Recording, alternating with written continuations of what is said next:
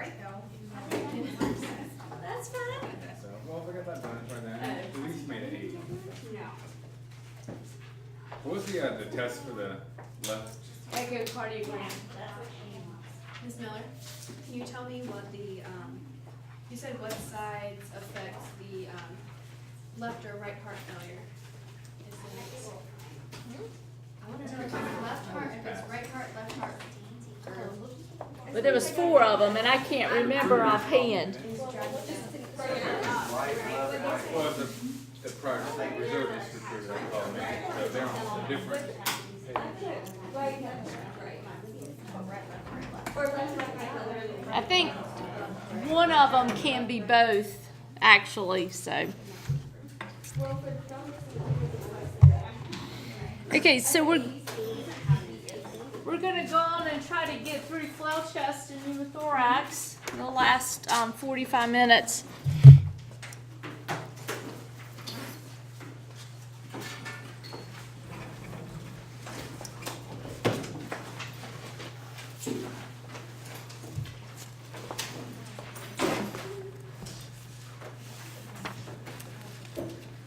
And we are in chapter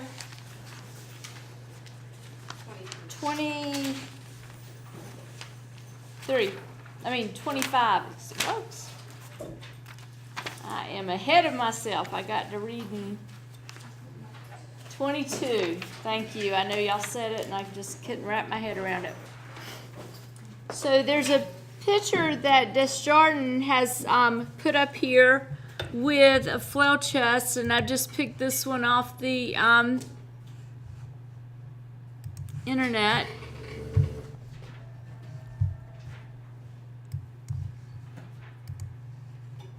But for some reason, let's see.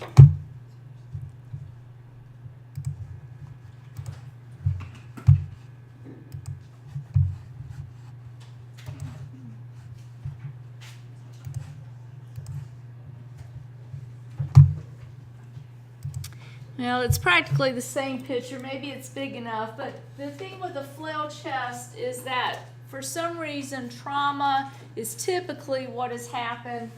The patient has a double fracture in 3 or more ribs. So it's 3 or more ribs that have 2 or more fractures. So right up here, the 4th, the 5th, the 6th, and the 7th rib each have 2 fractures. So what's going to happen to that area of the chest? It's gonna cave in. It's going to cave in. It's going to become unstable.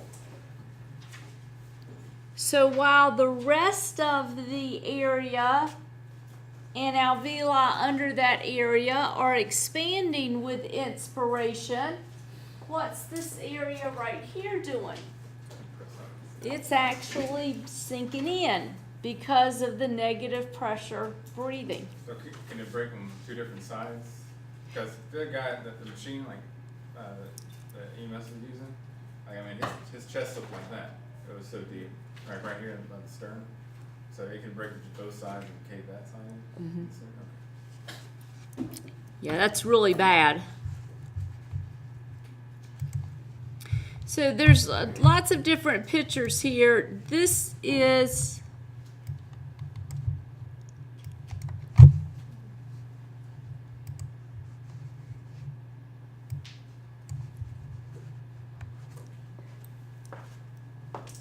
and if you can see this area right here, that whole area is flailed. Should be going over here. This whole area is flailed. And so what's happening is this area is doing the opposite of what should be happening on inspiration. And the physician is getting ready, it looks like, to maybe put in a chest tube or something. He may have a pneumothorax along with the flail.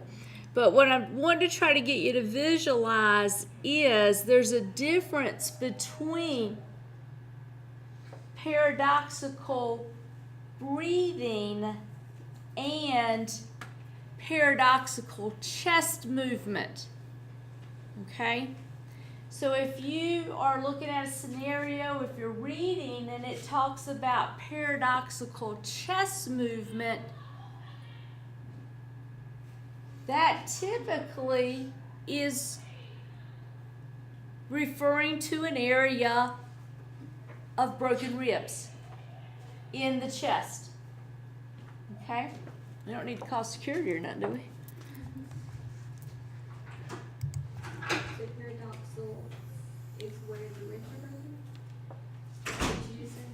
Paradoxical means to move in the opposite direction. That's what that term means.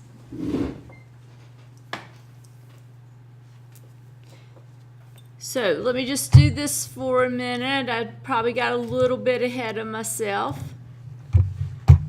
Oh, what did I do?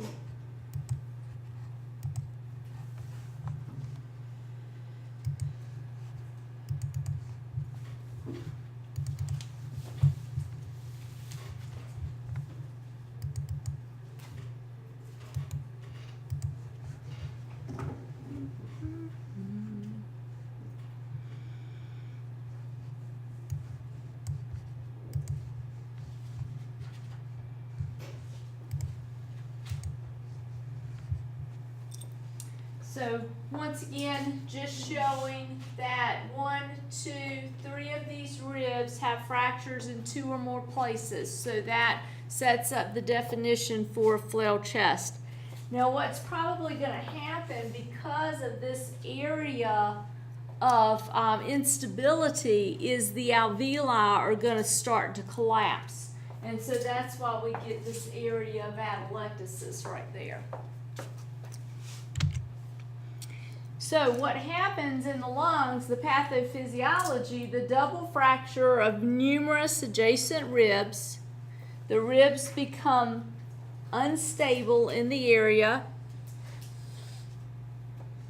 The pathology is a restrictive lung disease because there's going to be loss of volume. I just told you atelectasis will develop. We'll also get potentially lung collapse or pneumothorax. It's not a given, but when you have that many fractures and that many ribs, the potential for the pleura to become torn by the ribs is very real. What's a lung contusion? What's a contusion? It's a bruise. Now this is a really bad bruise because the bruise is in the alveoli themselves. So when we get flail chest, there is a very high potential for lung contusion. And secondary pneumonia, because what happens post-surgery when the patient's not taking deep breaths? Atelectasis, pneumonia. So we either provide them with incentive spirometry or breathing breathing exercises, or maybe IPPB, depending on what's going to make the difference between IPPB and incentive spirometry. Their Patient's effort. Okay, be more specific. Tidal volume? Not their tidal volume, Residual? not their residual volume, but you're on the right track. You're on the spirogram. It's somewhere on the spirogram. Total lung capacity? Inspiratory capacity? Vital capacity.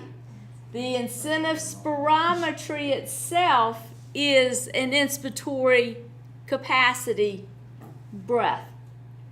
So to determine if a patient needs the breath, the tidal volume increase by IPPB, if their vital capacity is less than 15 milliliters per kilogram, then we're probably going to choose IPPB. But if their vital capacity is greater than 15 milliliters per kilogram, we'll probably be okay with incentive spirometry. Does that ring a bell now? So in most cases, though, we're just use like CPAP or BiPAP instead of IPPB? It depends on the hospital you're at. If they, like Carolina East, it wouldn't be uncommon to use IPPB. Carteret, probably going to use the CPAP or such, because they don't have to use IPPB there. So those two can be interchangeable? They're not interchangeable, but they both are hyperinflation therapies. Does that make sense? Okay. Take just a second and let's go to the protocols, and let's go to the lung expansion protocol on page 126. Actually, we need to go to page 125.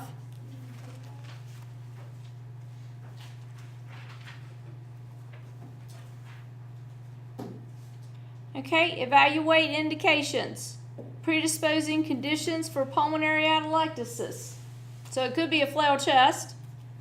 It could be upper abdominal surgery. It could be thoracic surgery. It could be COPD patients who've had surgery. Pulmonary atelectasis, a restrictive lung defect, neuromuscular conditions. So any of these conditions may warrant lung inflation therapy. You with me? Okay, so hyperinflation therapy selection. Shay. You just want me to do Uh-huh. that? Mhm. Objective to prevent or treat alveolar consolidation and atelectasis. Common treatment modalities: cough and deep breathing, incentive spirometry, intermittent positive pressure breathing, continuous positive airway pressure, positive end pressure, and positive end expiratory pressure. Okay, and what's kind of the difference in PEP therapy as opposed to the other things that are listed here? PEP therapy is only when they're exhaling, so just keeping the alveoli open